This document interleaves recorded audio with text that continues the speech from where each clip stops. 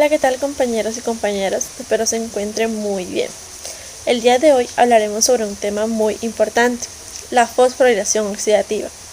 Hablaremos de todas sus etapas, de dónde ocurre y de la cantidad de energía que se produce en este proceso. La función principal de los procesos explicados hasta ahora es suministrar el hidrógeno de la molécula de glucosa en formas oxidables. La oxidación del hidrógeno sucede a través de una serie de reacciones que desdoblan cada átomo de hidrógeno en un protón y en un electrón. Los electrones se combinarán con el oxígeno disuelto con las moléculas de agua y generan iones hidroxilo. Estos después, junto con el hidrógeno, se combinan para formar agua. Durante esta secuencia se liberan enormes cantidades de energía para formar ATP. Esta síntesis de ATP es la que recibe el nombre de fosforilación oxidativa, la cual se produce enteramente en las mitocondrias, en la llamada cadena transportadora de electrones, que esencialmente constituye la respiración interna y tiene lugar en la membrana interna mitocondrial, mediante un proceso mucho más especializado llamado mecanismo quimiosmótico. Entonces decimos que la fosforilación oxidativa es un proceso bioquímico que ocurre en la célula, específicamente en la mitocondria. Este es el proceso metabólico final de la respiración celular tras la glucólisis y el ciclo del ácido cítrico. Como ya hemos visto que en la glucólisis la glucosa se convierte en piruvato. El piruvato puede seguir diferentes vías metabólicas. El destino más común del piruvato es convertirse en acetil-CoA. Este acetil-CoA va a entrar al ciclo de Krebs para formar NAD, FAD y GTP. El NAD y el FAD son muy importantes desde un punto de vista energético, ya que estos son los que realizan transferencia de sus electrones en la fosforilación oxidativa. Y de esta manera, la célula puede obtener grandes cantidades de ATP. Para poder comprenderlo mejor, a continuación les mostraremos los pasos de la fosforilación oxidativa.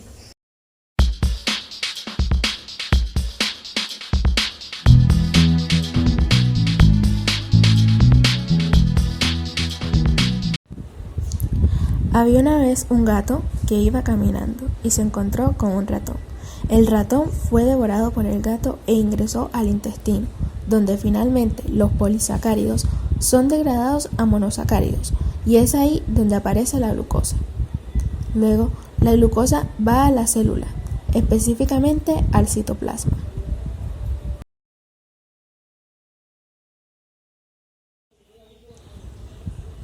Aquí comienza la glucólisis, que son 10 reacciones a las que es sometida la glucosa. Las primeras 5 reacciones de la glucólisis son la fase preparatoria, en la que se consumieron 2 moléculas de ATP y la glucosa fue transformada en 2 moléculas de gliceraldehído 3-fosfato.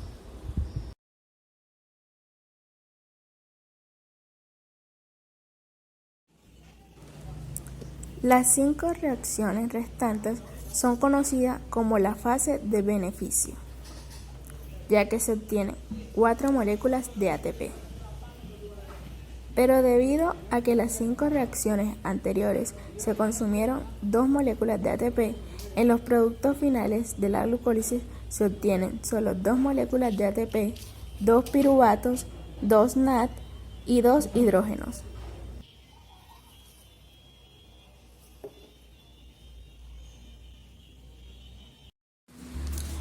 Después de esto, en la mitocondria, el piruvato es catalizado por el piruvato deshidrogenasa para ser convertido en acetil-coenzima A.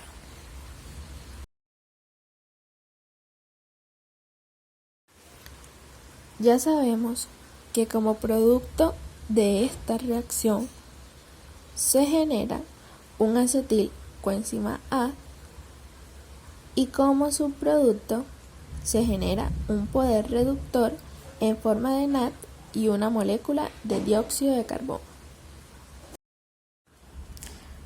Después de esto, comienza el ciclo de Krebs, que ocurre cuando el acetil coenzima A ingresa a la matriz citrato sintasa y se une al oxacelato, que es un compuesto de 4 carbonos, y se transforma en un ácido cítrico. Este ácido cítrico sufre diversas transformaciones como la deshidratación, la descarboxilación en el ciclo de Krebs. El ácido cítrico vuelve al compuesto inicial, es decir, el ácido cítrico, luego de ser sometido a estas 10 reacciones, se transforma en el compuesto inicial, en acetil coenzima A. Por cada acetil-CoA que ingresa al ciclo de Krebs, se produce una molécula de dióxido de carbono, se producen 3 moléculas de NAD, una molécula de ATP y una molécula de FAT. Y es aquí donde empieza la fosforilación oxidativa, donde los NAD y los FAT van a ceder su energía en forma de electrones durante el llamado transporte de electrones en la quimiosmosis.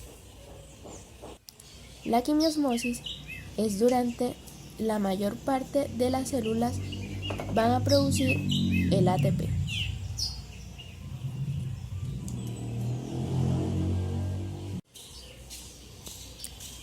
La cadena de transporte de electrones. En la cadena de transporte de electrones es donde se encuentran los complejos en la cresta mitocondrial. Aquí los electrones son utilizados para mandar hidrógenos desde la cresta mitocondrial al espacio intermembrano. El NAD cede 2 de sus electrones y estos, al ir ingresando a cada complejo, permiten el ingreso de 6 protones al espacio intermembrano.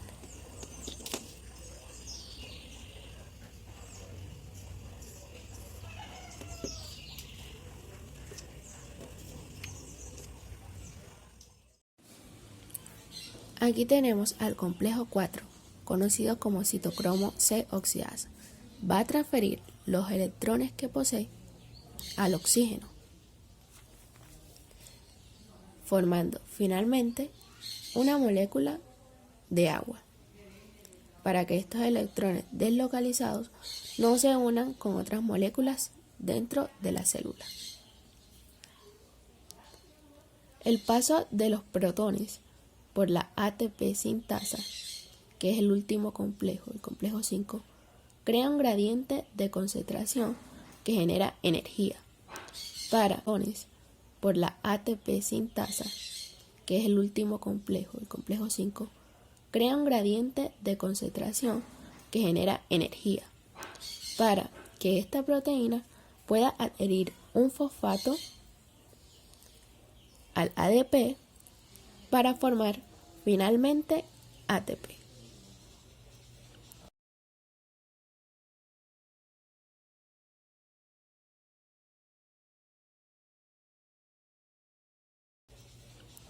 Entonces tenemos que por cada 2 hidrógenos que traspasan la ATP sintasa, esta va a formar un ATP.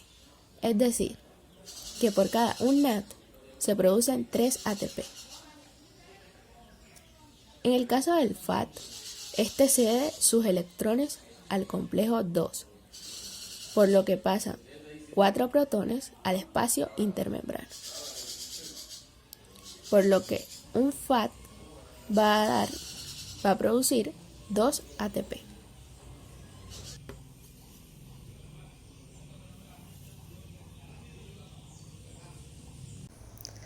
Existen algunos productos químicos capaces de bloquear la transferencia de electrones hacia la cadena transportadora. Algunos de estos productos pueden ser el monóxido de carbono, agentes cianógenos como el ácido cianhídrico o el cloruro de cianógeno. También tenemos el amital, la rotenona y antibióticos como la antimicina, las ácidas, la oligomicina y por último tenemos la diciclohexilcarbodimina, el cual es un reactivo soluble en lípidos. En resumen, podemos decir que la cadena transportadora de electrones es una serie de proteínas y moléculas que se encuentran en la membrana interna de la mitocondria. En este proceso, los electrones van a pasar de un miembro de la cadena transportadora al otro mediante una serie de reacciones redox. Y la manera en la que ocurren estas reacciones y se transportan estos electrones va a contribuir a la formación de agua en la mitocondria y de ATP en la célula.